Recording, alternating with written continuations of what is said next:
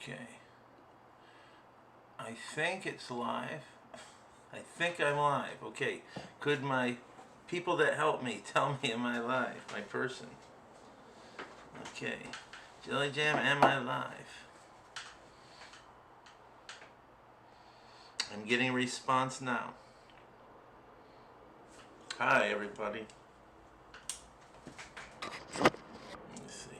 Is that okay? Put it up. Okay, it says, should I see something yet? Yes. Yes, so you're not seeing anything. Oh, there's Sophia and there's May. There's two people.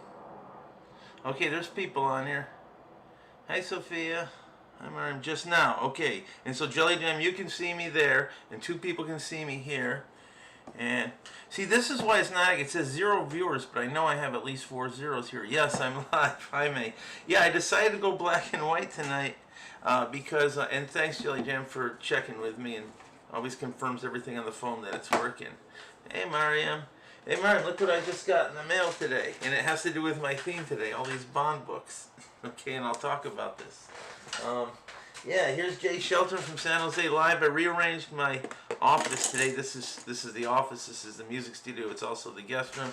I got 11 guitars in here and all kinds of stuff. So today I wanted to be my theme about my life with James Bond. You know, I figured that'd be a good theme. And I went through 3 sources. I put it on the YouTube, I put it on the MI6 community, and I put it on Facebook. So let's hope some people show up. I've been pretty good. Oh my gosh, yay. I've been pretty good, Sophia. Really good to hear from you.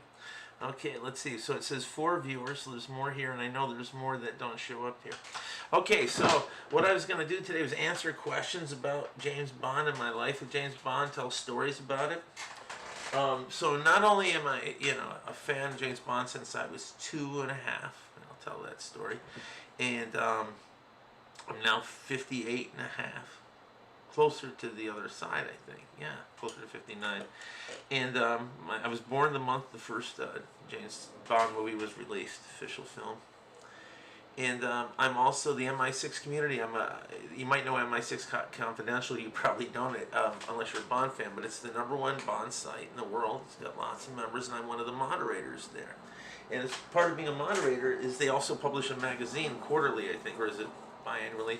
And they were a little behind with me because I'm overseas. They're in London or England, somewhere in England.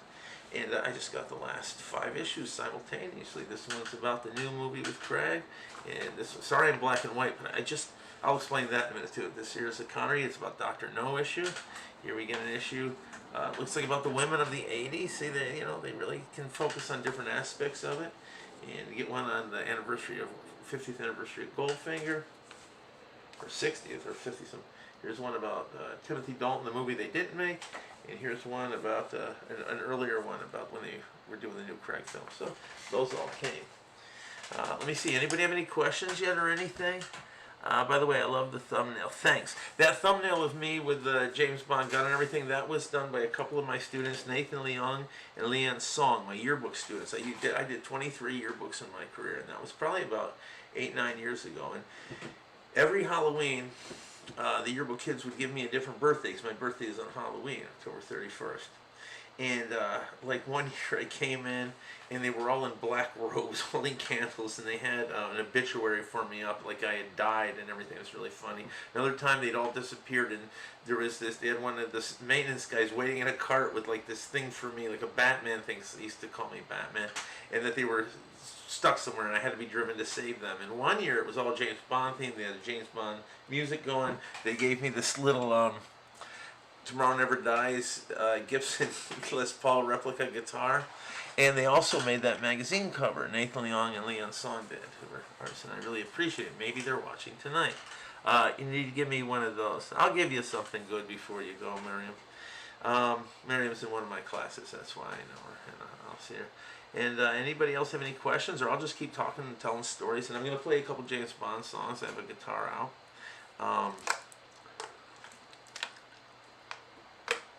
So I like being the moderator. You know, the new film's coming out. It's a 6-year gap. It would have been a 5-year, which was bad enough. It ties the record now as the longest between Bond films. And I'll talk about that a little later. So it all started for me. Well, and you know, I love the films, but I really love the original novels. Not the continuation novels, the re ones, not so much. Maybe one of them I like. You know, the Colonel's Son, the first continuation novel after Fleming died, by Kingsley Amis. But I really love the novels, and that was a big part of growing up and me reading and such. And we have a question also: if you were in a Bond film, which one would it be? You know, I don't know. If I was going to be in any, I guess Dr. No, because it was the first. But it's really, you know, I would never want to be in a Bond film, work in a Bond film, be part of a Bond film. I just like watching them. I wouldn't want to be. I would like to tell them not to do some stupid things they do in those films, but I would rather just kind of just watch them. I don't want to be in them. I don't even like. I really don't even like seeing behind the scenes stuff or and that kind of thing. I like to see deleted scenes, but not like the making of. I don't really have a lot of interest in that, even though I'm interested in filmmaking. But with Bond, I just like to view it, you know, and see it. Yeah, so it must have been. I figure it was around 1965. I was 2.5 probably, or unless it was after October, I was 3. It was somewhere around then. The first Bond film had come out in '62. The month I was born, as I said, was Dr. No. It wasn't the first novel. It was the 6th novel. They were doing them out of order. The first novel, Casino Royale, had already been adapted into an American TV show with Barry Nelson. One episode of, right now I can't think of the anthology show. Anyway, but they did Casino Royale, was the 2nd episode of this anthology show, and Casino Royale, that they had bought the rights to the first novel, and you know, Eon Productions, Everything But Nothing, the one who controls the Bond films, they didn't get it back for many years, you know, 4 decades. But the first one was Dr. No with Sean Connery, and I was born that month. And by the time, then the next year, Commercial Love came out. But the 3rd year, when I was 3 years old, Goldfinger, they re-released in the theaters. It had to be the year after that. Goldfinger was 64. So 65, before Thunderball came out, they re-released in the theaters Dr. No and Goldfinger. And Goldfinger was the newer one and the bigger one, so that was first, even though it was a later film. And my parents took me to the drive-in, so I was maybe at the most 3. That's what it was. And I remember seeing, there's so much in that film that was just buried in my head I'll never forget. I remember Oddjob with the hat, the statue. I remember breaking the girl's neck in the forest. I remember the girl painting gold. Like, I can remember it in the drive-in. And I remember being terrified by most of it. And I remember thinking that all the actors were behind the screen.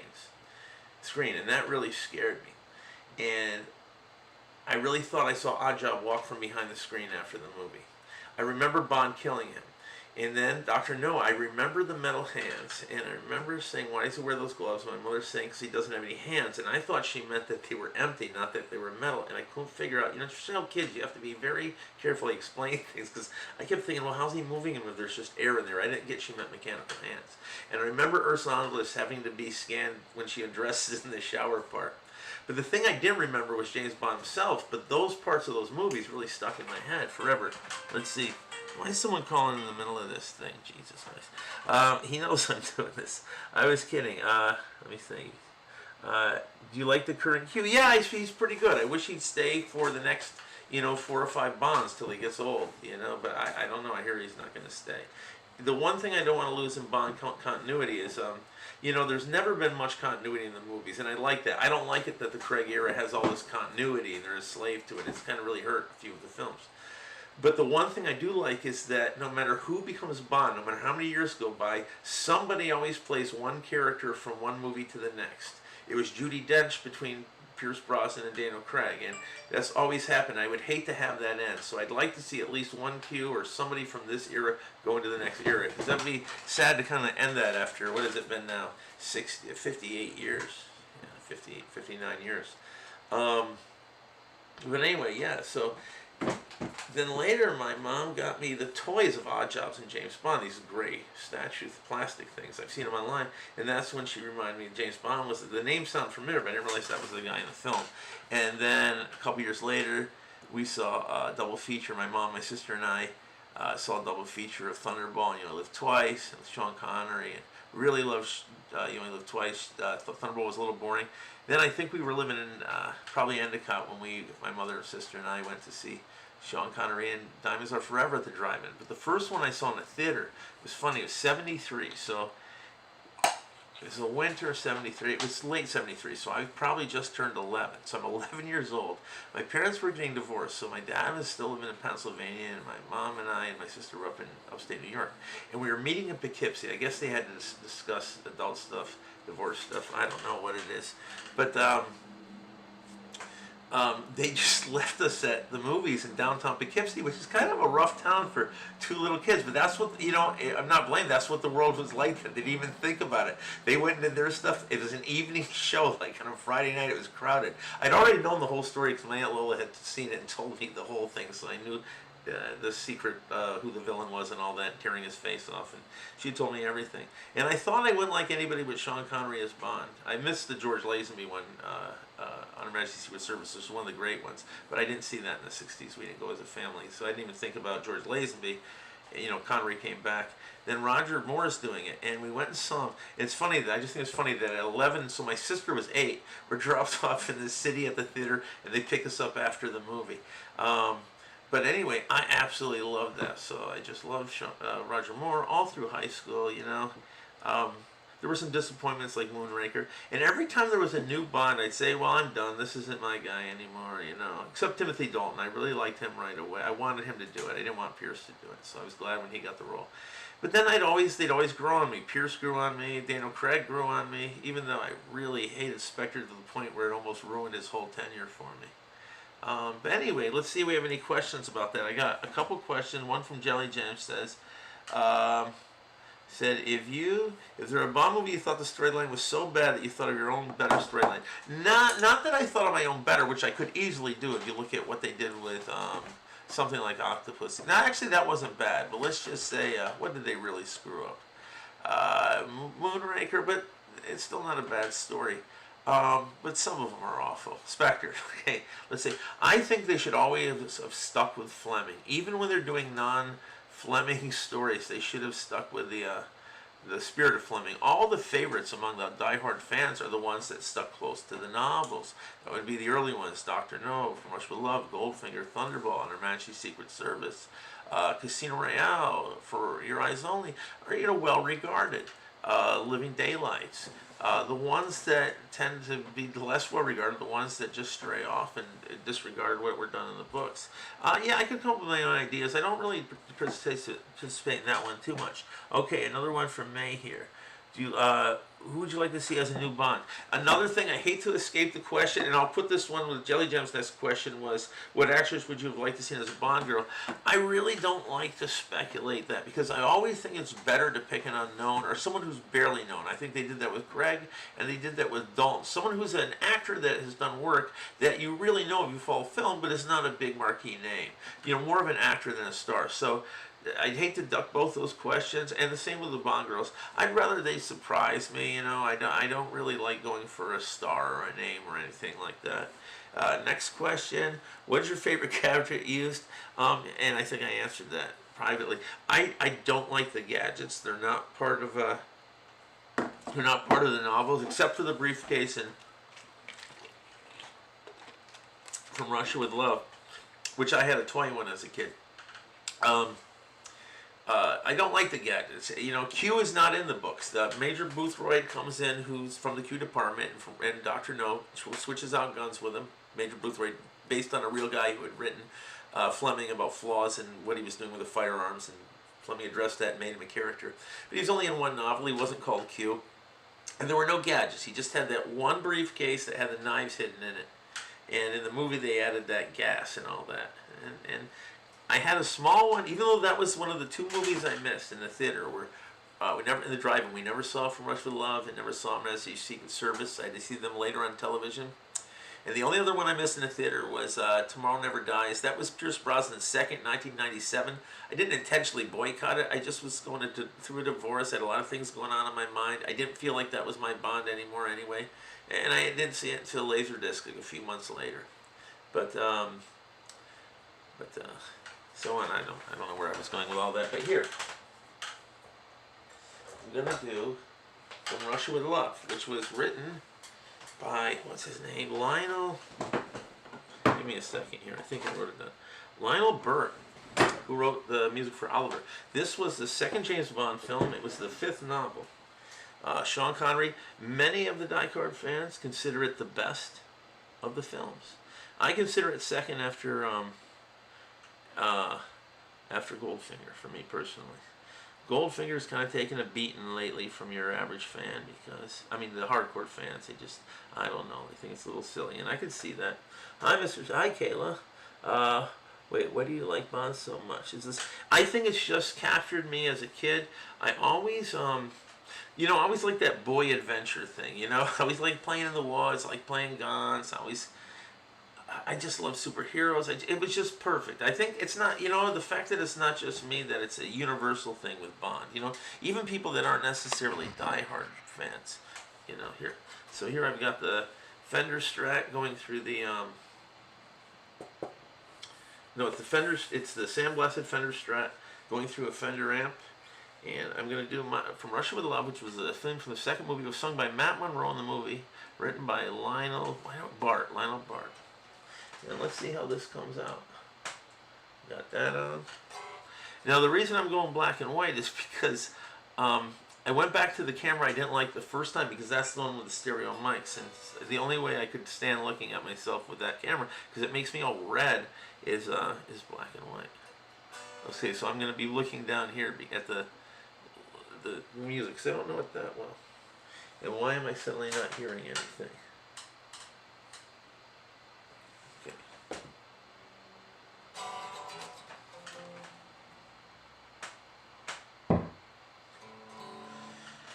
Sorry guys, just give me a minute here.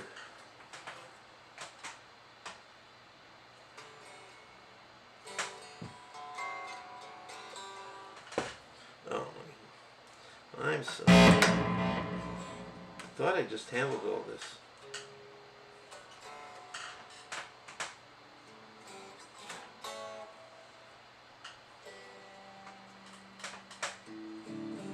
There we go.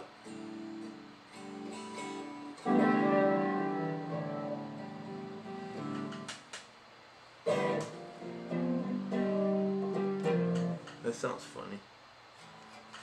Are you all leaving because the guitar's taken? Oh, there's some people there still. Okay, here we go. I really don't know why I'm having trouble again. Oh, here we go. Okay. Here we go. So, 1963, From Russia with Love, written by Lionel Bart, and for the film sung by Matt Monroe.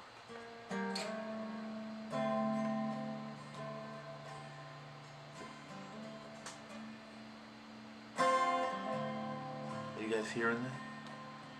From Russia with love, I fly to you. Much warmer, wiser, and since my goodbye to you,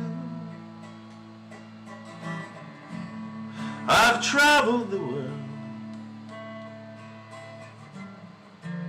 world to learn.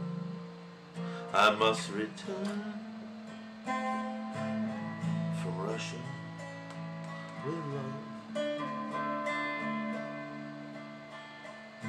I've seen places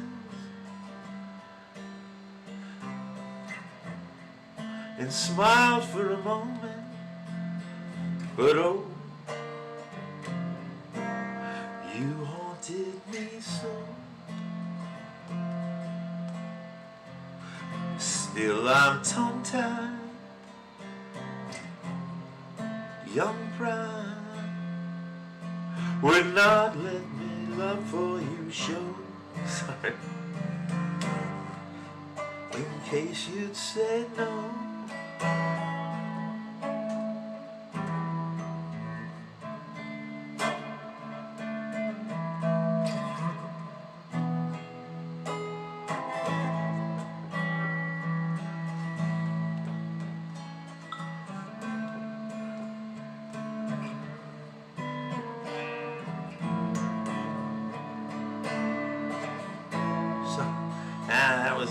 That was a bad turn there.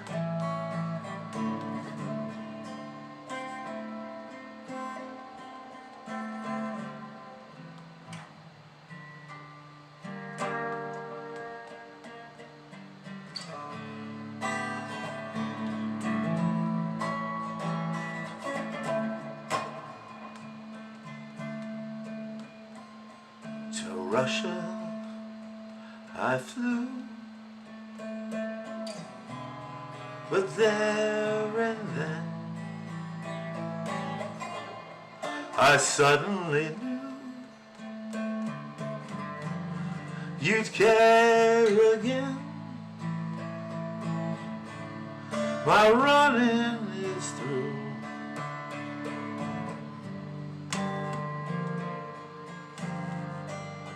I'll fly to you from Russia with love. I'm not going to try to match Monroe. All right, well, that was a half-ass version from Russia with Love. Okay, who do we have here? Jonathan Finnegan. Hello, I'm glad to be able to come this week. Hello, Jonathan. Hey, Jonathan, I'm doing Bond stuff. Oh, Jonathan, I practiced it for last week and I had it written out. I don't have it with me right now. If I know you're going to come next week, I'll do it. Okay, hi, Aditya. I'm sorry, Jonathan. Next week, if you go back and watch the show, I actually was ready. I asked if you were there and had to go, but I'm not prepared for it today. I'm sorry. But next time. Anyway, that was from Russia with Love. It went way better in rehearsal, but that's always the case. Now watch. Now that I did it, it's going to be from Russia with Love.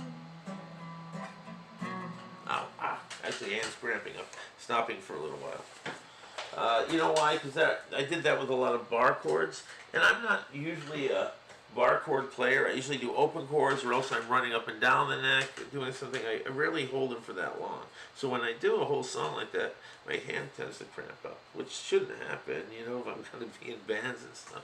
I'm getting old for that kind of thing. So as far as music goes, a concert's a really cool thing, you know. Everybody who knows, who watched last show or knows me, knows I love the Grateful Dead, you know. I saw the Grateful Dead 95 times, and the members of the band 100 some, 50, 200 times. But anyway, the last show I saw before the pandemic closed everything down was Bob Weir at the Sweetwater last February. I think it might have been Valentine's Day. My sister and I went and saw Bob Weir with the Wolf Brothers, Don Was, Jane Lane. Big Steve hosted, and that place only holds a couple hundred people. It was a great show. That was a great way to like have my last concert. But tomorrow I'm breaking it with my first concert as another member of the Grateful Dead, Phil Lesh, and I think even a smaller setting up at his Terrapin Crossroads Club. I'm going with my brother-in-law and my sister, Amy and Dave, and their friend, and we got a table for 4, and I think it's all you're far from everybody, and we're all vaccinated, and I think it's a small outdoor thing, and it's going to be really cool to see Phil. I think he's playing, and Son's playing, and a few other people in that band. I think Molo on drums. Anyway, I'm excited for that. It's my first show back. Now let's see what questions. I'll be there next week. Great. Well, thank you, May. Thank you. May loves collabs. Okay, now I'm getting text from Real Is It Doing It, and I'm going to write, I'm live now. These people, like the person who called and the 2 people text me, I tell them all the time, I'm doing this right now, are you going to watch? They go, yeah, not only do they not watch, but they text me doing it, not thinking I'm, here, okay, so let me get rid of that one, and now let me talk to JT real quick. Sorry, is Greenland good? Yes, I'm alive now. You know, I saw that movie Greenland last night. I don't know what made me put it on. It's on HBO Max. It was really good. I ended up staying up late. I thought I'd watch it for 10 minutes and turn it off, so I put it on late. It was disturbing. I mean, I was really on the edge of my seat. It was really tense. This is one of those end-of-the-world films. You know, comedy thing. Let's see. Do we have any other questions out there? Looks like a lot of people coming in and out. Should I do another song? Anybody have anything to say? Anything to ask? Any other James Bond stuff? So if you're interested in James Bond, you want to be part of a community, go to MI6 Community. I'm one of about, I think there's about 8, 9 active mods, and we have pretty good membership. I think we are there's a few other sites, but I think we're the big one. We're considered the go-to one, and you know, and the parent organization does the magazine, and they have their own podcast, I guess. We have nothing to do with that, really. I mean, we're affiliated, but I don't have anything to do with that. But we talk about everything, minutia. I mean, I'm talking about down to like minor actors in the background who shows up where the trivia we come up with at that level is insane in those films. So if you're not prepared to go that deep, I guess don't go there. But I mean, you would be surprised what the amount of knowledge our least knowledgeable member has is beyond what you would think is irrational and insane. But it's fun. It's a fun way to occupy yourself and do a lot of time. Obviously, I don't think if I was younger I would have gone into it. I'm surprised at so many of our young members, but that's the way it is now. Everything's online. When I was in my teens and 20s, there's no way I could be part of an online group. I was just out doing stuff all the time, but I know the world's not like that anymore. Talking about the novels, that's a little bit, because I bring up my cousin. I talk about cousin on here. I think next, if I get enough people listening today, last time I went down a little, it was, I think basically the one before that was like 58 live and 130, but within a week watched the show. Last week I think 38 live, which still isn't bad. They're only 4 or 5 at a time. I think 10 at a time is the max. People come and people go, and I think 107 or 8 have watched it total since. But that's all right. If I get comparable numbers, I'll keep doing these. If it keeps dropping, I'll probably stop. I'll take the message. But next week, I'd like my theme to be my cousin, because I have great cousin stories. They're hilarious. But he and I got the James Bond books together. You people that didn't live before the internet and the computers, life was just fun. I mean, record stores, just spending all day in a record store looking for records. You didn't get to hear the music you liked or see a movie when you wanted. You had to wait till it came on TV. I mean, until videotapes came, but they weren't around until I was in college. I mean, if you wanted to hear a song, you had to find the record. You couldn't just go play it, digitally. You had to buy it. You'd have to buy. These aren't the original. These are copies. These aren't my originals, but they are the used copies, and each one's a different color of each book. Like Live and Let Die is orangish red, and Casino Royale is yellow. And I used to go to bookstores, and I found a place that would sell them 40 cents each, and I would just pour them. As soon as they came in, I'd grab them. And so I read them all out of order, the James Bond books, but I loved them, starting, I guess, in 1973, because I got the book Live and Let Die right when I saw the movie Live and Let Die. And they're way different. By then, they're way different, the movies and the books. And so I was pretty hip to that pretty early. But I just loved the books, and so I got them all out of order. And my cousin and I, we would search them, and we'd pass them back and forth, and we loved them. But we'd read, like, a surprise thing here and this one out of order, and that's just the way we got them. The last one I got was on Her Majesty's Secret Service, and that's the one where Bond gets married and his wife gets killed. That was also the last movie I saw, because ABC didn't put that on until years later, and my parents didn't take me in the 60s. So for years, seeing the before and after movies and reading the books out of order, I always knew there was this epic film and movie and book, where Bond's wife gets killed, and he's married and everything, and it was the last one I saw. The book was great. I remember when it came in, they were 40 cents, and the stupid guy at the bookstore, how mean can be the kid? I go, here, 40 cents. He goes, 50 cents, just because he saw I was excited. But I paid the 50 cents, and I read it. And when that movie was finally on ABC, they ruined it. They cut it in two, and they put it all out of order, and they put a narrating track over it, and I just thought it was awful. It took me years before I saw it. I think in the 90s when I finally saw it in its pure state and realized it was one of the best, if not the best, Bond films. I have number 3. Okay, any other questions here? Let's see. Now you guys stop talking. Do you guys still? Yeah, there's some people still here. Should I do another song? Does anybody want to see another song? Does anybody not want to see another song? Does anybody want to see anything? You got to give me some kind of response here, people. Aditi, you got any questions on anything? Kayla? Hey, Sophia? Okay, well, I'm going to play Thunderball Acoustic. And this might be a little rough because I'm transposing it, meaning that it's written in a key I don't really like to play in. And for this one, I'm going to take the Gretsch Jumbo Acoustic Rancho Electric Acoustic. Should I plug it in?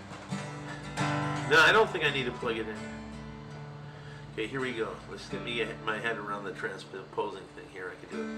Okay, this is Thunderball, written by, I believe, Don Black did the lyrics, and John Barry did the music for the 1965 Bond film Thunderball, and it was sung by the great Tom Jones, who apparently held that last note so long he passed out, which I will not be doing. He always runs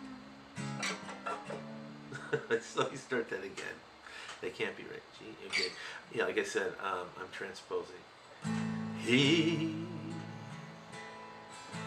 always runs. Oh, wait, sorry, I'm getting messages here. Sorry about that. Boy, this is going to be... Okay. Ready, go. 1, 2, 3. He always runs where others walk.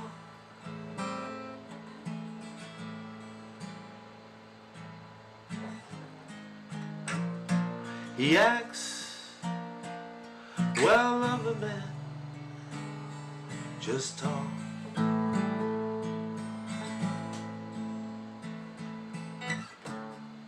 He looks at the world and wants it all.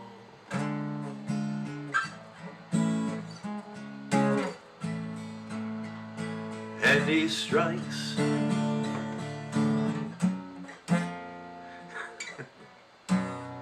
like Thunderball. You know, that transposing is a little difficult to do on the fly like this. I should have thought this out a little more. He knows the meaning of success. His needs are more, so he gives less. They call him the winner who takes all.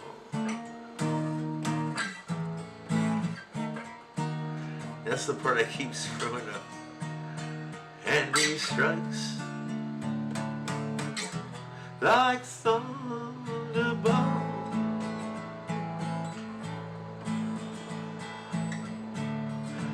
Any woman he wants, he'll get. His needs break any heart without regret.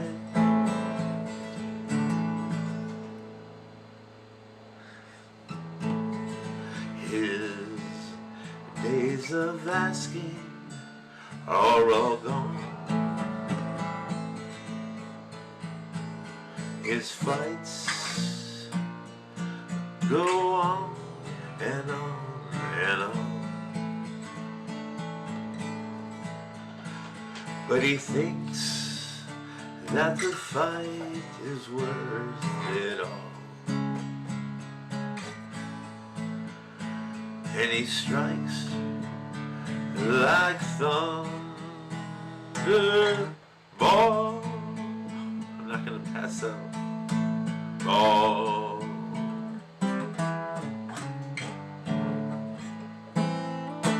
Again, a little rough. I did it great in the rehearsal. Sorry, anybody. Okay, what's your favorite? Okay, what's your favorite part of your job? My favorite part of the job is being stupid in front of I got a few kids out there. Would you agree that's the best part of my job, is just being silly and stupid and talking to you guys, you know?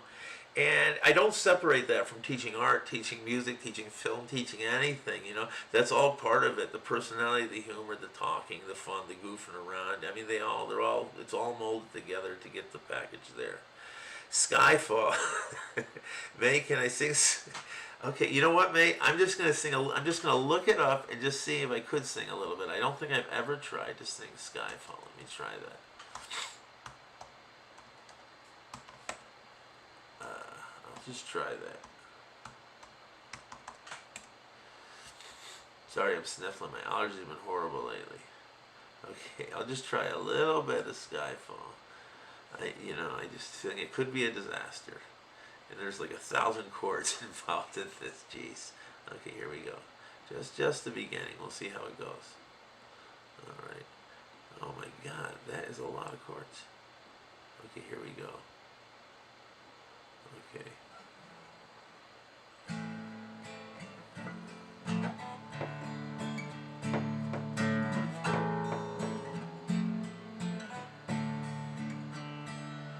This is the end.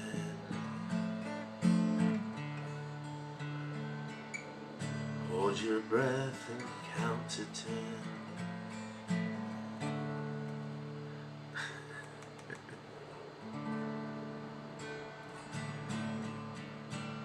Feel the earth move, and then hear my heart's burst again, for this is the end. I've drowned and dreamt this moment, so overdue I owe them. Swept away and stolen. Sorry. Let the sky fall. When it crumbles, we will stand tall and face it all together. That's some weird chord changes. Let the sky fall. And when it crumbles, we will stand tall.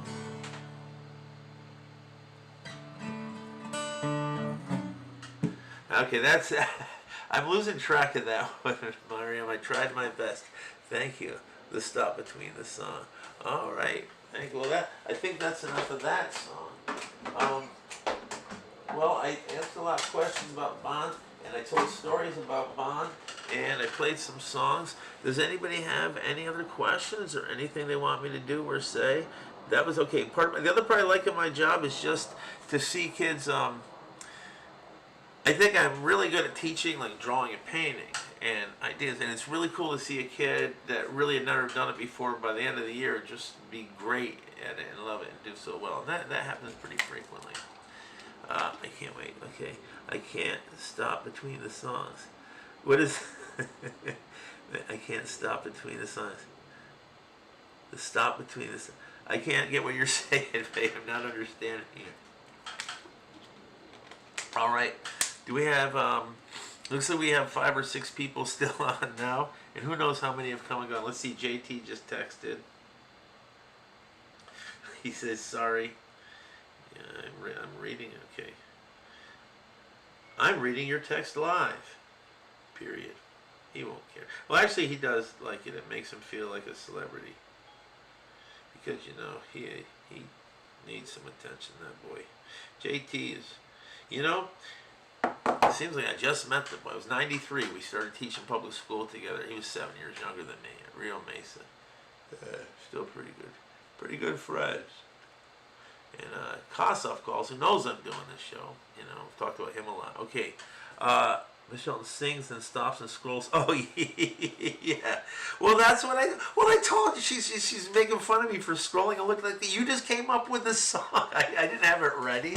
I don't know if I heard. I had to look. Being mean, teasing me about it. Anything else? Well, I hope so.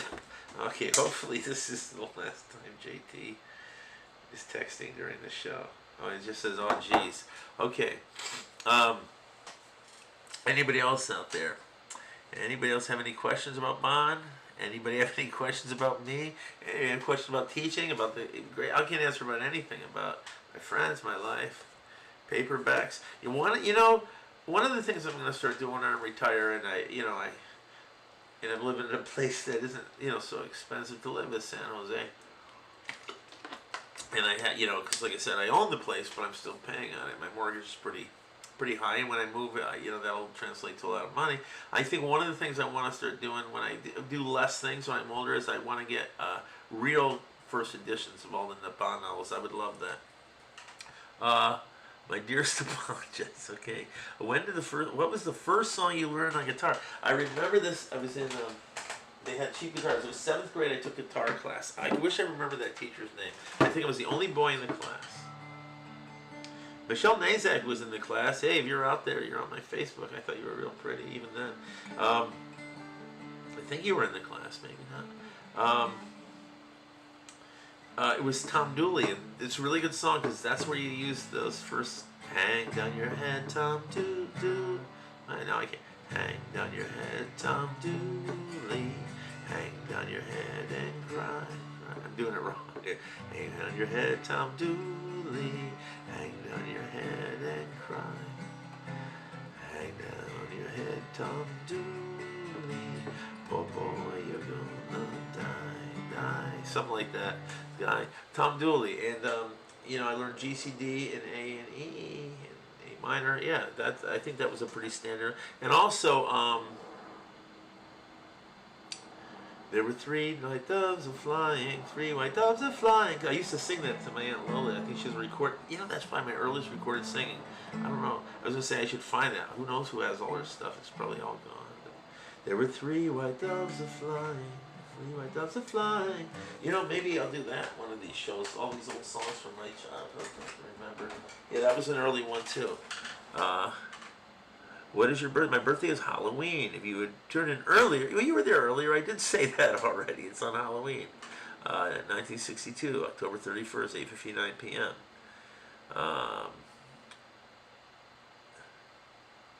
Oh, you're Miriam's brother. Okay, I see. I thought you were Miriam. All right, okay. Anybody else have any questions or anything for me before we wrap it up? You know, I can answer more questions. I thought more of the Bond people would show up. They're probably going to watch it later. I don't know if the link worked. I hope it did. All right, everybody. Let's hang on a second. I'm just going to look something up here. Go ahead. I'll stay a little while longer, see if anybody has anything to say or ask. I'm just checking to see if the link worked for the Bond site.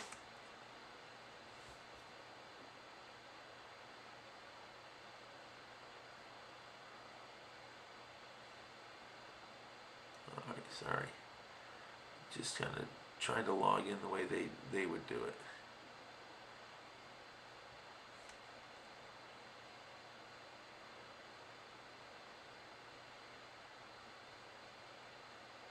Okay. So I want to see if I'll be watching myself live.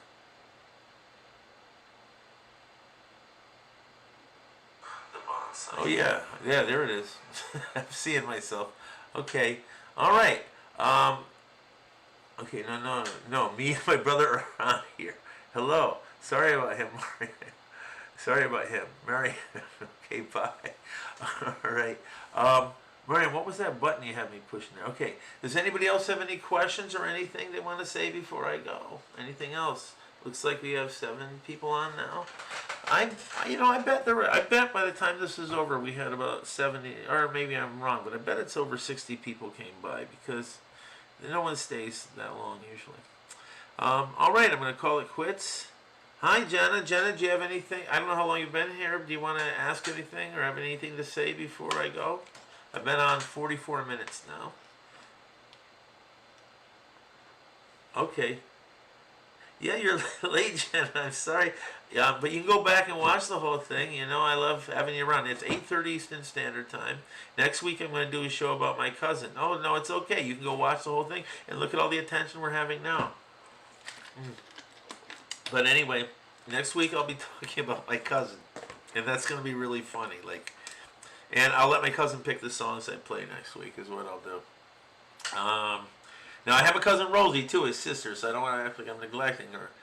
But she's a little more just normal person. Where a cousin, there's stories, a lot of crazy stories. So that's what we're gonna do. Jenna, thanks for coming. I'm always happy to have you here. So I guess I'm gonna go. If nobody has another request, any side, any questions, anything about Bond or anything else. All right, everybody. Thank you for coming. Again, I picked the black and white because I wanted to use this setup because it has the stereo mics, but I don't like the camera on this. It just makes me look so grotesque, the color. So that's why I went this way. All right, take care. I'm going to end.